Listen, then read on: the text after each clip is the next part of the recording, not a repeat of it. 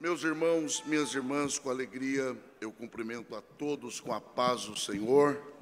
Amém. Meus irmãos, podeis tomar assento. Muito obrigado. Antes que eu leia o texto sagrado e então passe a compartilhar a palavra que o Senhor tem feito descer ao meu coração para esta noite tão especial de sábado, eu quero que vocês saibam que eu estou feliz, agradecido a Deus pelo privilégio que Ele, por sua graça, me concede de, depois de alguns anos, retornar a esta tão querida, abençoada e abençoadora igreja, o que para mim, obrigado, se constitui de uma alegria e também um privilégio. Eu quero louvar a Deus pela vida do pastor desta igreja, pastor doutor Elias Cardoso, junto de sua esposa, missionária Lígia Cardoso. A minha oração sincera é para que Deus siga a abençoá-los, preservá-los, dando-lhes graça, saúde, e que o trabalho de suas mãos continue sendo confirmado pelo Senhor. Porque eu acredito de verdade que quando o pastor da igreja é abençoado, a igreja também é abençoada. Então fica aqui minha palavra de gratidão e de respeito ao líder desta igreja, deste ministério, e também o meu compromisso de oração por sua vida e seu ministério. Agradecer a Deus por me dar a oportunidade de rever o pastor Flávio Pena, a quem eu agradeço em público pelo honroso convite de estar com vocês. Que Deus em Cristo siga abençoá-lo, junto de sua família e todo o seu ministério. Muito obrigado, pastor Flávio, por, entre tantos pregadores, se lembrar do meu nome e me convidar para estar aqui junto de vocês, o que para mim é uma grande alegria. Estou feliz por rever meu grande amigo, cantor Nani Azevedo. Deus também siga abençoá-lo. O Nani é um amigo já de alguns anos e eu tenho em alta estima e também respeito o ministério que Deus tem lhe confiado, pois tem abençoado tantas pessoas em toda a nossa nação. Quem aqui de verdade quer continuar ouvindo Deus falar, diga amém.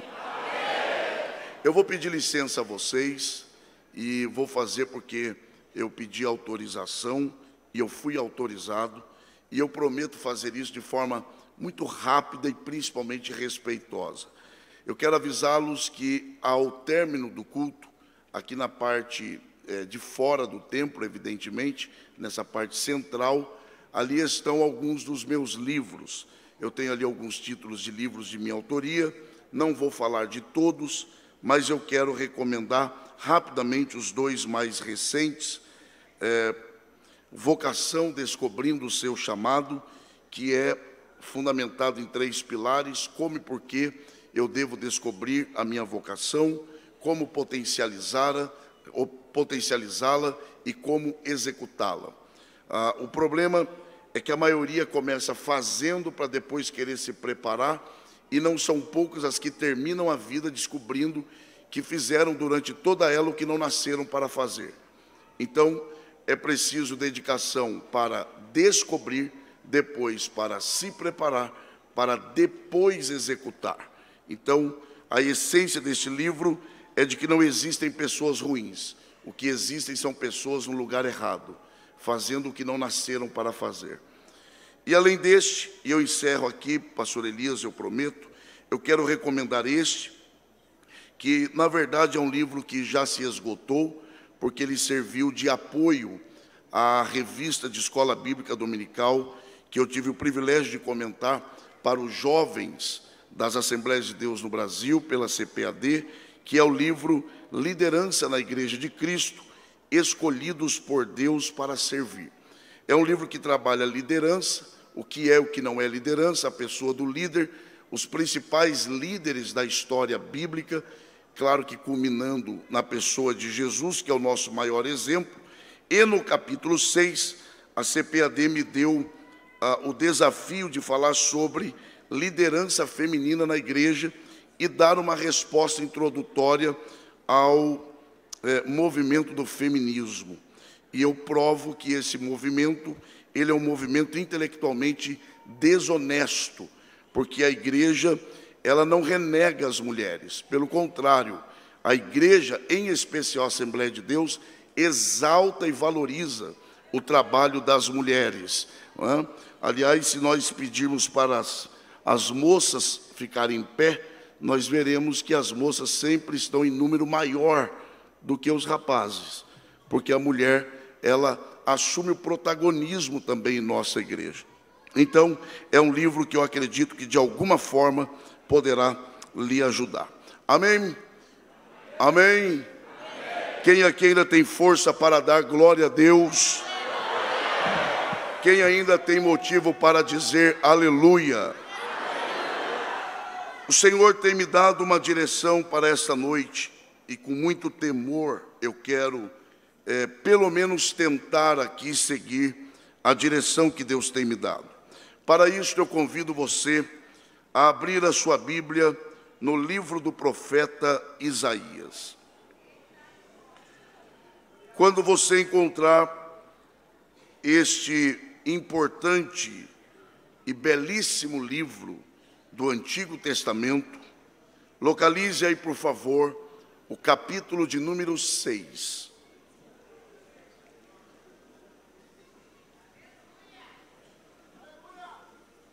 Isaías, capítulo de número 6.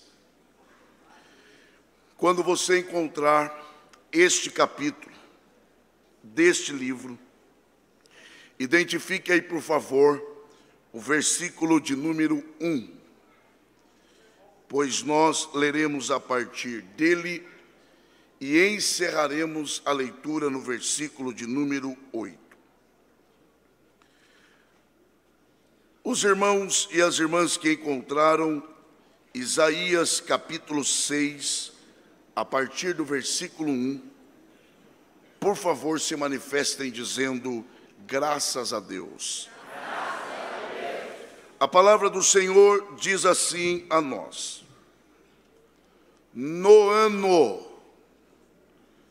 em que morreu o rei Uzias, eu vi ao Senhor assentado sobre um alto e sublime trono, e o seu séquito enchia o templo. Os serafins estavam acima dele. Cada um tinha 6 asas. Com 2 cobriam o rosto, com 2 cobriam os pés, e com 2 voavam. E clamavam uns para os outros, dizendo: Santo, Santo, Santo é o Senhor dos exércitos. Toda a terra está cheia da sua glória. E os umbrais das portas se moveram com a voz do que clamava, e a casa se encheu de fumaça. Então disse eu: ai de mim que vou perecendo, porque eu sou um homem de lábios impuros e habito no meio de um povo de impuros lábios, e os meus olhos viram o Rei, o Senhor dos exércitos. Mas um dos serafins voou para mim, trazendo na mão uma brasa viva que tirara do altar com uma tenaz. E com ela tocou a minha boca e disse: eis que isto tocou os teus lábios, e a tua iniquidade foi tirada, e purificado o teu pecado. Depois disso, ouvi a voz do Senhor que dizia: a quem enviarei? E quem há de ir por nós? Então disse eu: eis-me aqui, envia-me a mim. E só os que podem digam amém. Muito obrigado, podeis tomar assento, e que Deus, por graça, mais uma vez, abençoe a exposição de sua palavra. Nos próximos minutos, eu quero contar, em primeiro lugar, com o indispensável auxílio do Espírito Santo, e em segundo lugar, com o máximo de sua atenção, para que possamos, pelo menos tentar aqui, entender o propósito pelo qual Deus nos reuniu nesta noite, no que se refere à exposição da sua palavra.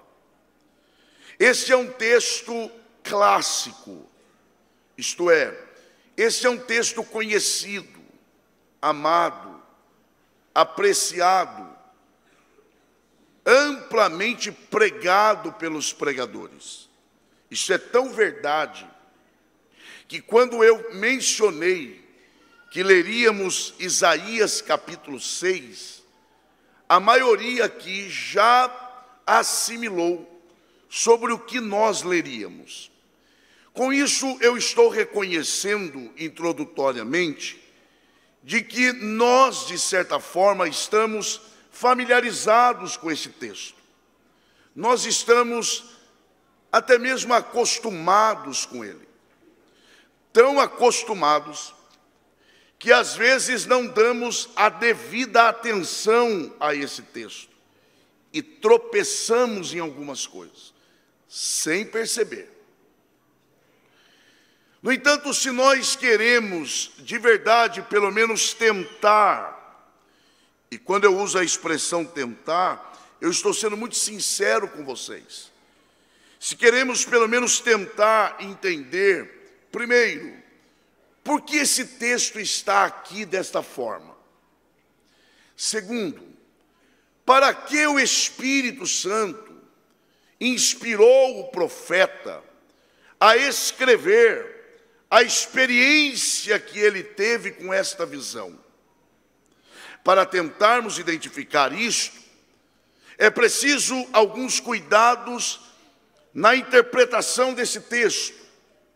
E o primeiro passo nesta direção, aos que estão atentos, é a desconstrução de uma ideia que eu diria que não seja só equivocada, é uma ideia limitada.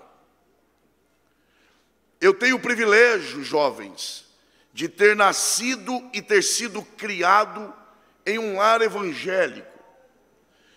E eu cresci participando de eventos missionários, cujos temas eram baseados também em Isaías 6, principalmente na parte do versículo 8, em que Deus diz: a quem enviarei?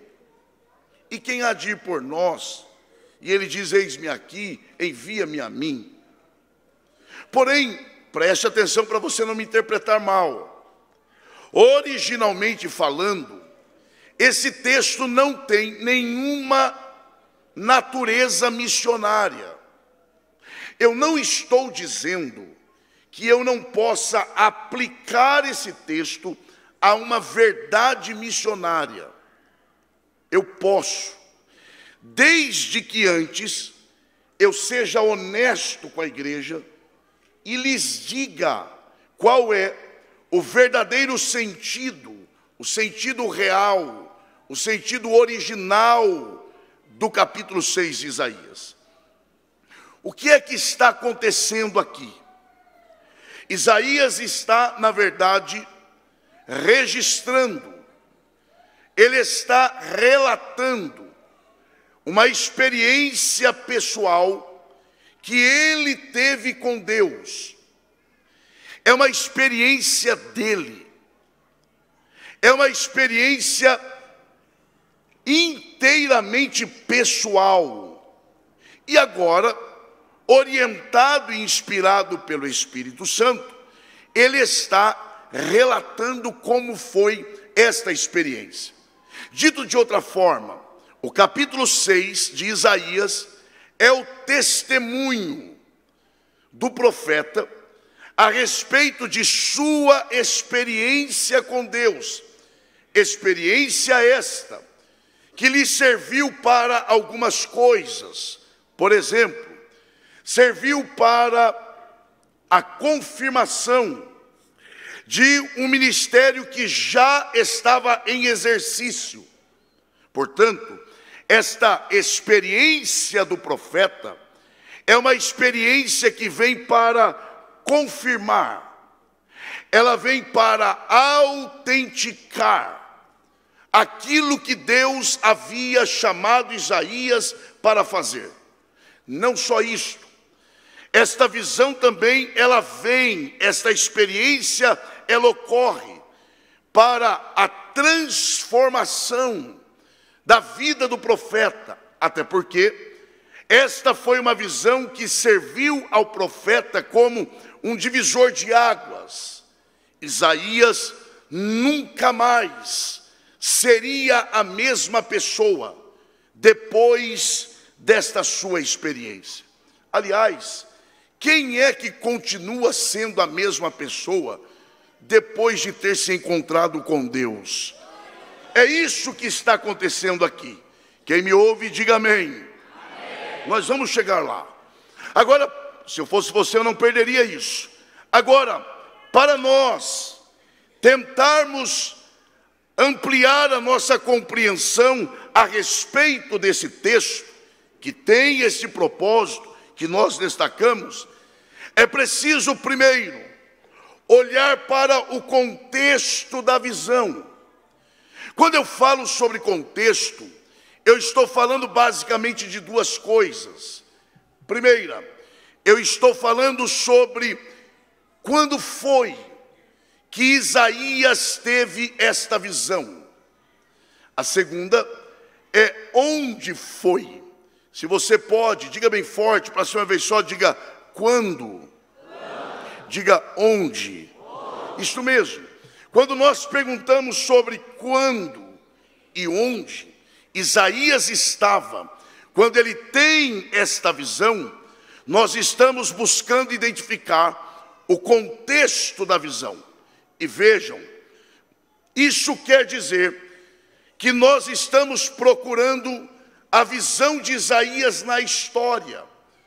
Porque a história, ela acontece aonde? Dentro do tempo e dentro do espaço. Por exemplo, nós estamos aqui, lugar, agora, tempo.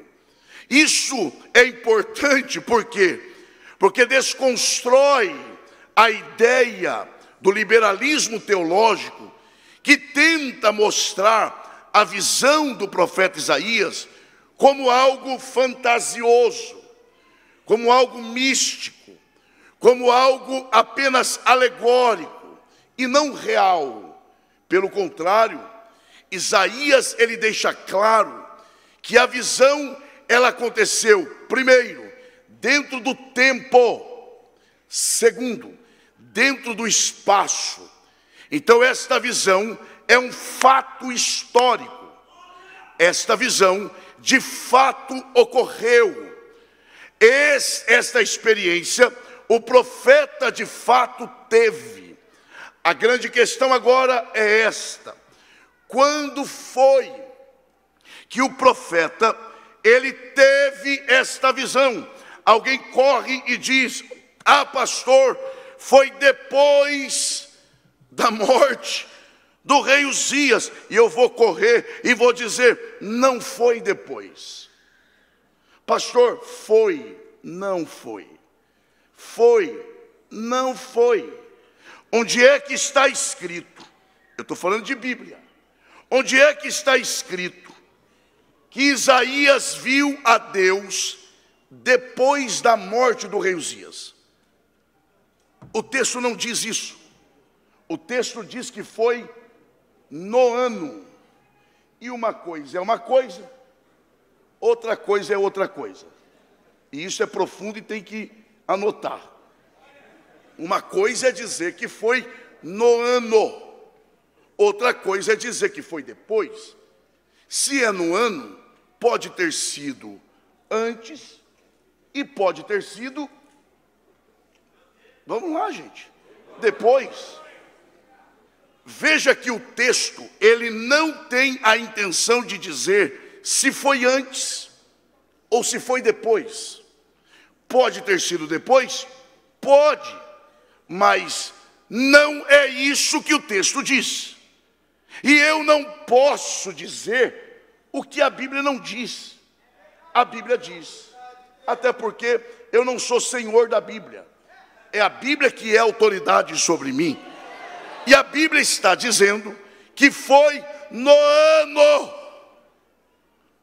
Portanto, a intenção não é dizer se foi. Se eu fosse você, eu continuaria atento. O texto não tem a intenção de dizer se foi antes ou depois. A intenção é outra. Qual é a intenção? Ora, se foi antes, é no período em que Uzias estava leproso. Portanto, ele não estava exercendo a sua função de rei. E Israel está sem uma liderança. Se foi depois, o trono também estava vazio, porque estava em transição. Então, a ênfase do texto não é se foi antes ou depois. A ênfase do texto é a seguinte: a visão se deu em um período, primeiro, de incertezas. Segundo, de insegurança. Terceiro, de instabilidade. O povo olha para o trono de Israel vazio, procura o rei da terra, não tem. Mas agora Deus se apresenta ao profeta de que forma? Não em uma sarça, não de outra forma, não, a não ser exatamente assentado em um alto e sublime trono. Tanto que o profeta diz no versículo 7, os meus olhos viram a quem? Viram a quem? Ele não diz só o Senhor, ele diz os meus olhos viram o Rei, o Senhor dos exércitos. É como se Deus estivesse dizendo, eu estou me apresentando a você, para você ter a tranquilidade de que enquanto o reino da terra está abalado, enquanto o trono da terra está vazio, o meu jamais é abalado, e o meu jamais fica vazio, porque o meu reino não tem fim. É isso, mas a gente precisa avançar. Segundo lugar, onde é que o profeta estava? Onde é? O texto deixa claro. Dentro do contexto, parece claro que o profeta estava, diga bem forte para a senhora ver só, diga, no templo. Não, isso não é forte. Eu já vi vídeo de vocês bem mais forte. Diga no templo. Tá bom. Mas já vi mais. Diga de novo, no templo. Tá. Ele está no templo. A grande questão agora é, em que parte do templo? Porque embora ele fosse profeta, ele não era sacerdote. E aqui já existe, ele não sendo sacerdote, já existe uma linha de corte. Porque as coisas dos homens sempre tem linha de corte. Isso aqui é para você, isso não é. Isso é para você, isso não é. Agora, quando Deus quer, não tem linha de corte. Mas Ele está no templo.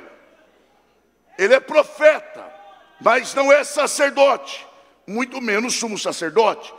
Portanto, Ele não pode nem estar no santo lugar, muito menos no santíssimo. Preste atenção, nós vamos chegar lá. Qual é o máximo que Isaías poderia chegar? No átrio, que é também a parte externa do templo. Não desvie o olhar. Ele está no máximo no átrio, na parte externa. Ele não está no santo lugar e nem naquele lugar mais íntimo que só o sumo sacerdote entrava uma vez por ano para estar ali apresentando o povo e olhando a arca, que era o símbolo da presença de Deus. Isaías está do lado de fora. E é lá do lado de fora que Deus abre o céu para ele e diz assim: aquilo que o sumo sacerdote vê uma vez por ano, de forma simbólica, eu vou mostrar para você aqui como de fato é do lado de fora do templo. Nós precisamos avançar. Algumas lições, e aqui eu preciso que você atente para você não me interpretar mal. Primeiro, quando Deus quer se revelar a alguém, Ele não se prende à posição. É verdade, Ele respeita a posição, porque foi Ele quem estabeleceu. Mas o fato de Ele respeitar não significa que Ele se prende a isso.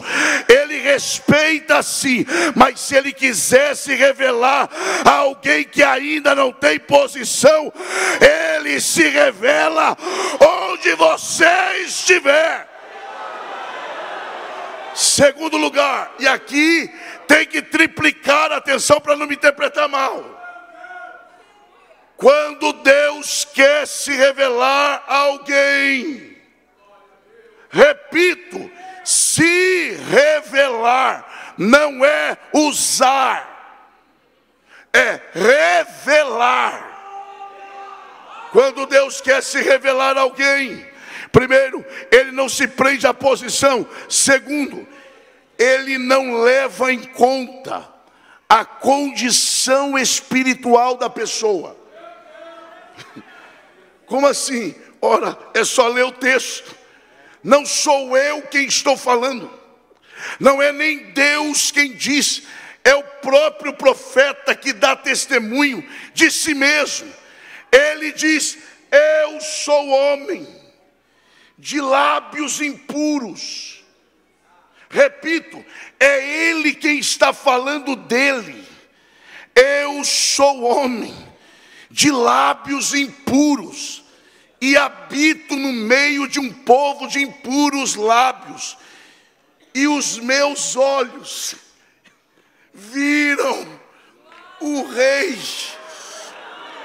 Ou seja, Deus é tão gracioso que quando Ele quer se revelar a alguém, não importa a sua condição espiritual, porque o amor dele é maior que o teu pecado, e Ele se revela a você e muda a sua vida. Quem reconhece essa verdade, aproveite para dar o melhor glória a Deus que você pode aqui nessa noite. Primeiro, Deus não se prende à posição. Segundo, Deus não se prende à condição. Terceiro, Deus não se prende ao lugar que você está na fila. Isaías estava lá fora. O trono de Deus não é parado. O trono de Deus se move. e ele se move na direção que Deus quer. Isaías, você está do lado de fora, tem problema não? Não estão deixando você entrar, tem problema não? Então eu vou até onde você está. Isso mesmo, levante uma de suas mãos aos céus. Com base nesta palavra eu posso dizer que se Deus quiser se revelar a você hoje, não importa onde você esteja, Ele vai até você. Oh, glória a Deus! Oh, glória a Deus! Até porque Deus é Deus do primeiro da fila e do último também. Eu vou repetir isso aqui. Deus é Deus do primeiro da fila, mas é também do último. Está lá em Atos 13. E havia na igreja que estava em Antioquia alguns doutores e profetas. Igreja boa é a igreja que profeta e doutor se dão bem, cada um na sua, e cada um respeita o trabalho de cada um. Havia lá profetas e doutores. Aí vem a lista, a saber, primeiro da lista, Barnabé. Último da lista, Saulo. E estes, jejuando e orando, o Espírito Santo lhes disse: separem-me a Barnabé e a Saulo, o primeiro e o último da lista. Eu não sei que lugar você está nos planos das pessoas. Eu sei que Deus me autoriza para dizer isso a você. Se Ele tem um plano com você, não importa se te colocaram lá no final da fila, Ele vai lá também. Ele te encontra lá. Oh, glória a Deus.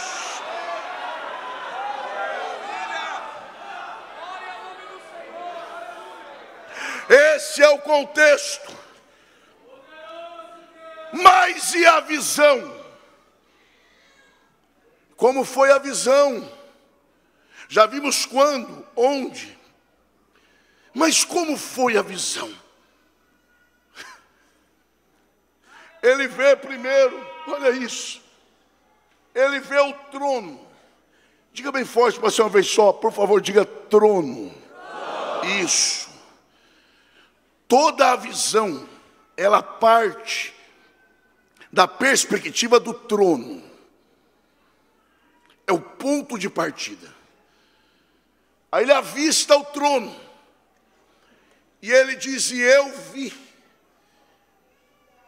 o Senhor. De que forma? Vai lá. De que forma? Assentado. Vai de novo. De que forma? Assentado. Como é que ele estava? Assentado. Tá, para gravar mesmo, jovens. Como é que ele estava? Assentado. Não confundam estar assentado com não fazer nada. É isso.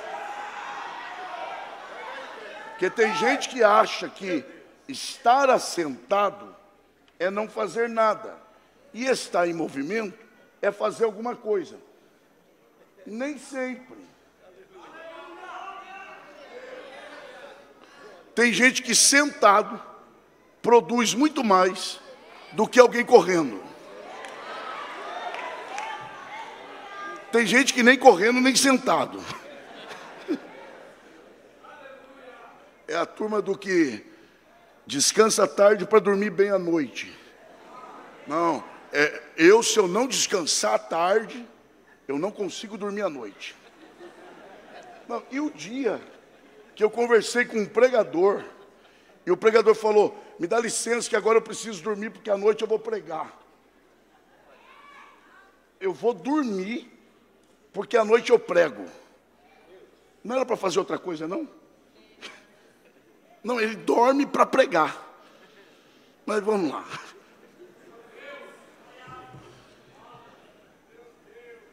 O Senhor estava assentado. Não confunda o estar assentado com não fazer nada. É só lembrar de Jesus. João capítulo 4. Jesus sai da Judeia, está indo para Galileia, e por um propósito divino, lhe é necessário passar por Samaria. Cansado da viagem, olha isso, ele para numa cidade pequena de Samaria chamada Sicar.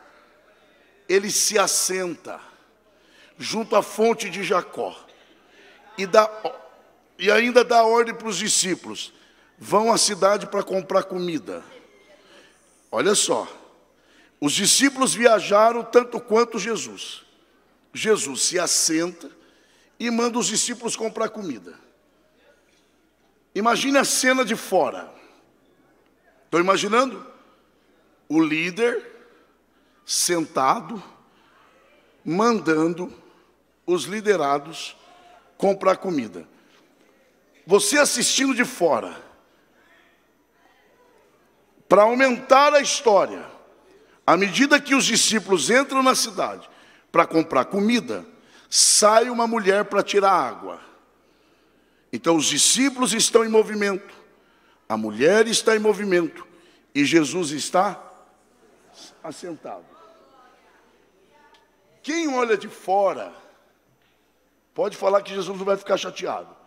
Quem olha de fora, quem é que está fazendo alguma coisa e quem é que está sem fazer nada? Numa primeira visão, Jesus está sem fazer nada. E os discípulos e a mulher estão trabalhando. Tudo bem, pelo que você vê. Mas vamos ver o final da história. Os discípulos entram na cidade, compram comida. E quantas pessoas eles trouxeram para conhecer Jesus? Nenhuma. Jesus assentado, conversou com a mulher, mudou a vida da mulher, de tal forma que ela coloca o cântaro vazio ao pé de Jesus, entra na cidade, e quando volta, ela traz a cidade inteira para ouvir Jesus pregar. Diga bem forte para ser uma vez só, diga: sentado. Agora, se Jesus sentado, ele faz o que fez, imagine quando ele anda. Eu vou dizer de novo: se assentado, ele muda a vida de uma mulher desta forma e atrai uma cidade inteira, imagine quando ele anda no meio da igreja. Oh, glória! Ah, você não sabe o que acontece? É só lembrar da visão de João. Ele vendo 7 castiçais de ouro. Quem são os 7 castiçais? A igreja. E Jesus andando no meio. E ele anda sozinho? Não. Na palma direita da sua mão, ele tem as 7 estrelas. Quem são as 7 estrelas? Os pastores da igreja. Não são os pastores que têm Jesus na mão, é Jesus quem os tem na mão. Não são os pastores que levam Jesus, não. É Jesus quem anda na igreja dizendo: esse é o problema, resolva assim. Essa é a doença, aplique esse remédio. Ele está andando aqui. Você crê nisso? Diga glória a Deus. Assentado. Ele vê o Senhor assentado. Assentado em quê? Aí ele descreve o trono. Ele diz que o trono era alto. Jovens, não percam isso aqui não. O trono era alto e sublime. Qual era a descrição do trono? Quando ele fala de altura, ele está falando de posição. Quando ele fala de sublimidade, ele está falando de estética. Ele está dizendo o seguinte: o trono era alto demais, era fora do meu alcance. Eu até tentei chegar lá, mas quanto mais eu tentava chegar, mais distante eu me sentia dele, porque ele é alto demais. Tá, então você desistiu porque é inalcançável. Pois é, só que todas as vezes que eu tentava desistir de chegar lá, eu não conseguia. Por quê? Porque ele é bonito demais. E eu não conseguia parar de olhar para ele e querer chegar perto. Eu olhava e dizia: não alcanço, mas não desisto. Não consigo chegar, mas eu quero pelo menos olhar, porque ele é bonito demais. Oh, glória a Deus. Tem alguém entendendo aqui? Essa é a relação do crente com o Senhor. Quanto mais se conhece sobre Deus, mais distante nos sentimos dele, de tão grande que ele é. Mas quanto mais vemos a sua glória, mais queremos alcançá-la, porque somos atraídos por ela. Se você concorda com isso, diga glória a Deus. Agora deixa eu te dar uma notícia: Deus está aqui. Eu sei que você já está acostumado com isso, mas eu vou dizer de novo: esse Deus está aqui. Pois eu vou perguntar: você crê que este Deus está aqui? Eu vou perguntar de novo. Leve a sério isso.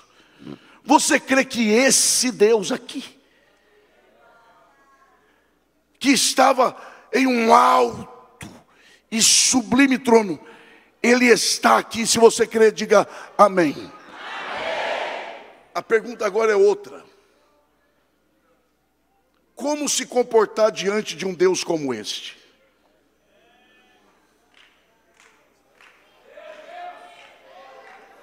Pastor Elias Cardoso, me permita. Eu vou contar isso aqui e que Deus julgue o meu coração. Eu sou responsável pela faculdade da nossa igreja aqui em São Paulo, do Ministério do Belém. E eu precisei resolver uma situação da faculdade, representando nossos pastores, junto ao ministro da Educação, em 2020. Eu nunca tinha estado junto de um ministro de Estado, e eu acho que nunca mais vou estar. Eu só sei que eu fiquei ensaiando 2 dias sobre o que falar para ele. Eu não sabia se chamava ele de majestade, divindade, excelência, e eu fiquei. Peguei meu melhor terno. E eu me lembro que eu naquela ânsia, aquela preocupação, porque eu estaria diante do ministro de Estado da Educação do Brasil naquela época. Se nós ficamos assim, diante de homem, qual é o comportamento que devemos ter diante de Deus? Eu sei que é simples, mas eu prefiro pregar uma verdade simples do que uma mentira sofisticada. Eu vou perguntar de novo: você crê que Deus está aqui? Tem gente que já até desistiu. Agora, como é que devemos nos comportar num lugar onde Deus está? Ah, não sabe? Então vamos aprender com os serafins. Se você não sabe, eles sabem.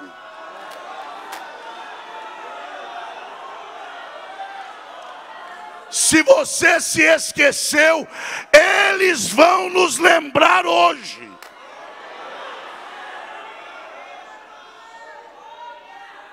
Vamos lá, rápido. Cada um tinha 6 asas. O que você faria com 6 asas? Se sem asa você já quer voar, imagine com 6. Por isso que Deus não dá asa para algumas ovelhinhas. Vamos dizer outra coisa. Preste atenção. Eles têm 6 asas. Estão diante de Deus. Diante de Deus. E para quem sabe quem de fato é Deus, para que serve asas? Não serve só para voar. Serve para se proteger. Eu estou diante de Deus. Eu tenho 6 asas. Já sei. Com 2, eu vou cobrir o rosto. Porque eu não sou digno de olhar para Ele. Eu estou falando dos serafins, que não tem pecado, que nunca erraram, e que diante de Deus não ousam olhar para Ele. Com 2, a gente cobre o rosto, para não ser fulminado. Sobraram 4. Não. Com outras 2, a gente cobre os pés. Porque Ele está se apresentando como rei. E diante de rei, ninguém se apresentava com os pés descobertos, porque representava a vergonha do corpo. Então a gente cobre o rosto, para não morrer. E cobre os pés, para reverenciar. E com 2, a gente trabalha. Vai lá. 4 é mais do que 2 ou menos? Vocês estão em dúvida? Vamos de novo. Eu sei que vocês estão de férias, mas já esqueceram? De novo. 4.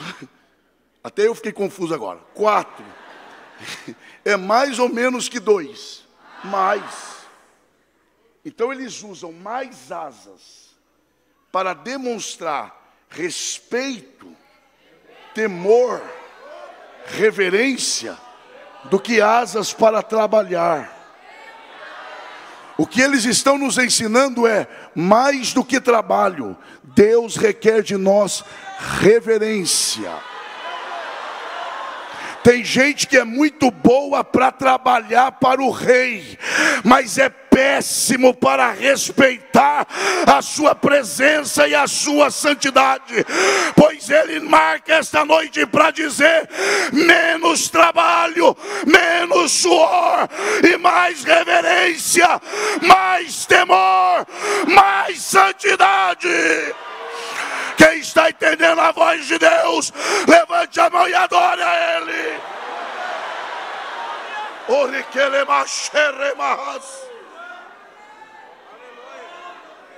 Onde está a mão que você levanta para adorar o Senhor? Com respeito, é claro. Toque o ombro da pessoa que está perto de você e diga para ela: menos trabalho e mais reverência, mais temor, mais respeito, mais santidade. Antes de trabalhar para o rei, ande com o rei, respeite o rei. Viva! E aí dá glória a Deus quem acha que tem que dar. Aleluia.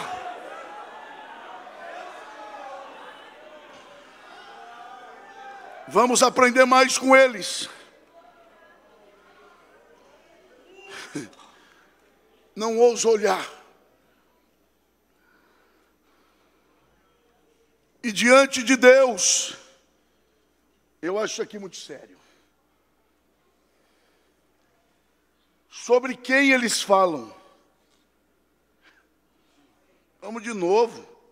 Eu não tenho problema com isso não, vai lá. Eles estão diante de Deus. Aliás, você crê que Deus está aqui? Diga amém. Então tá. Vamos aprender com os serafins. Eles estão diante de Deus como nós estamos. E eles falam sobre quem? Eles não falam sobre o céu. Porque na presença dele o céu perde a graça.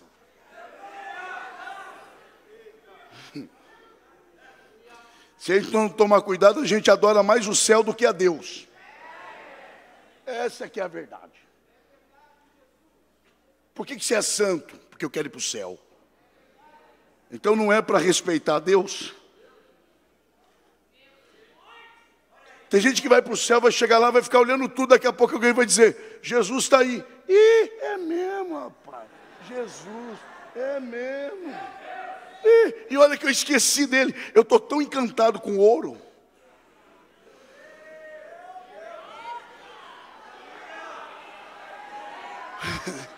Pois os serafins diante de Deus não se fala de outra coisa a não ser sobre Deus.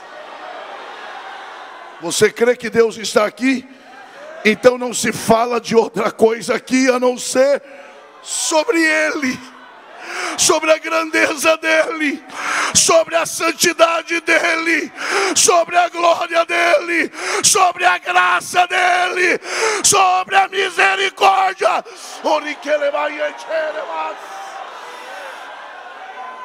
Eles falam sobre Deus, mas não ousam falar para Deus. O texto diz que olhavam uns para os outros e diziam um para o outro: a gente não é digno de dizer para ele, então vamos nos contentar de dizer entre nós. Lembra quando Paulo diz que quem é crente, quando se reúne, não fica falando sobre coisas desta vida, mas uns têm salmos, outros têm hinos. Vamos falar sobre ele. O que você pensa dele? Para mim ele é santo. Para você, santo, santo. Aí um vai dizendo para o outro, ele é santo, santo, santo é o Senhor dos exércitos. Toda a terra está cheia da sua glória. Eu preciso encerrar. E o profeta está assistindo. Serafins que não têm pecado, não olham para ele, não falam com ele. E eu que tenho pecado, que vi ele, e ainda falo no nome dele, porque sou profeta. O que não vai acontecer comigo? Não, Isaías, está ruim, vai piorar. Quando o serafim voou,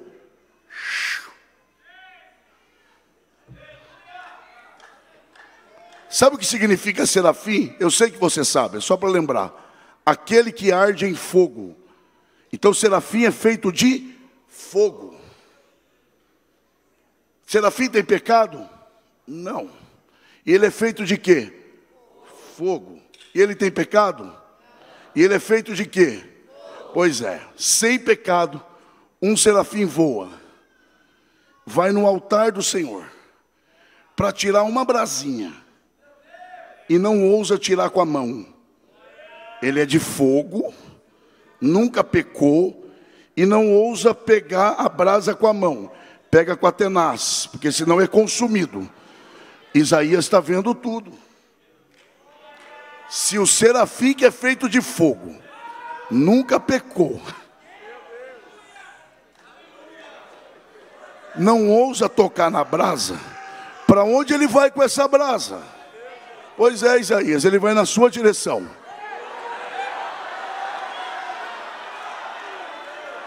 O que é que Isaías pensa? Eu vou morrer. Quando o serafim toca nos lábios dele, ele não morre. Claro que não. Essa brasa não mata. Essa brasa vivifica e purifica. Quem crê nisso, adore ao Senhor. Agora, para mim, para encerrar, para mim, a parte mais linda é agora. Porque agora quem começa a assistir a cena são os serafins.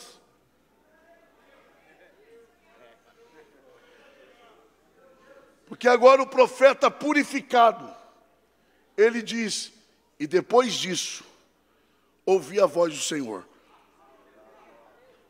Deus estava quieto. E aconteceu tudo isso. Se quieto acontece tudo isso, imagina quando ele fala. Oh Jesus. Oh glória a Deus. Oh glória a Deus. Oh glória a Deus. Esse é o nosso Deus. Aí o profeta diz que começou a ouvir Deus dizendo com ele mesmo: a quem enviarei?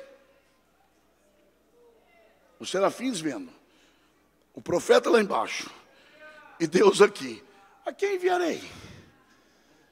Quem há de ir por nós? De repente o profeta lá embaixo começa a pular. Olha eu aqui.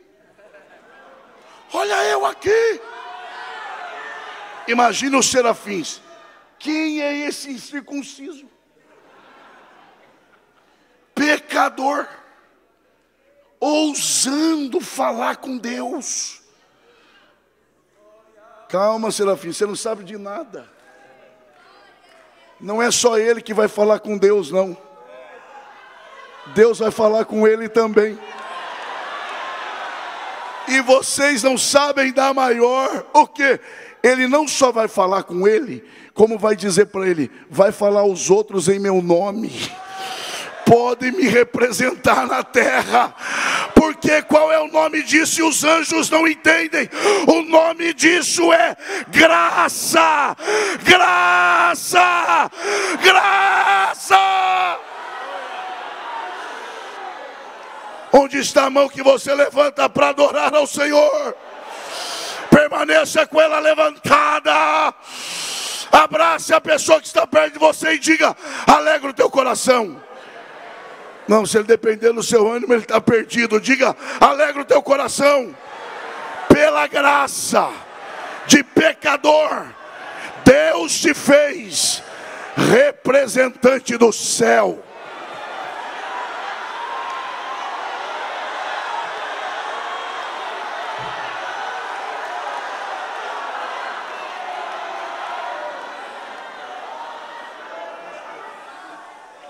Se coloque em pé adorando ao Senhor, por favor. Eis-me aqui. Envia-me a mim. Então vai. Eu tenho 2 minutos.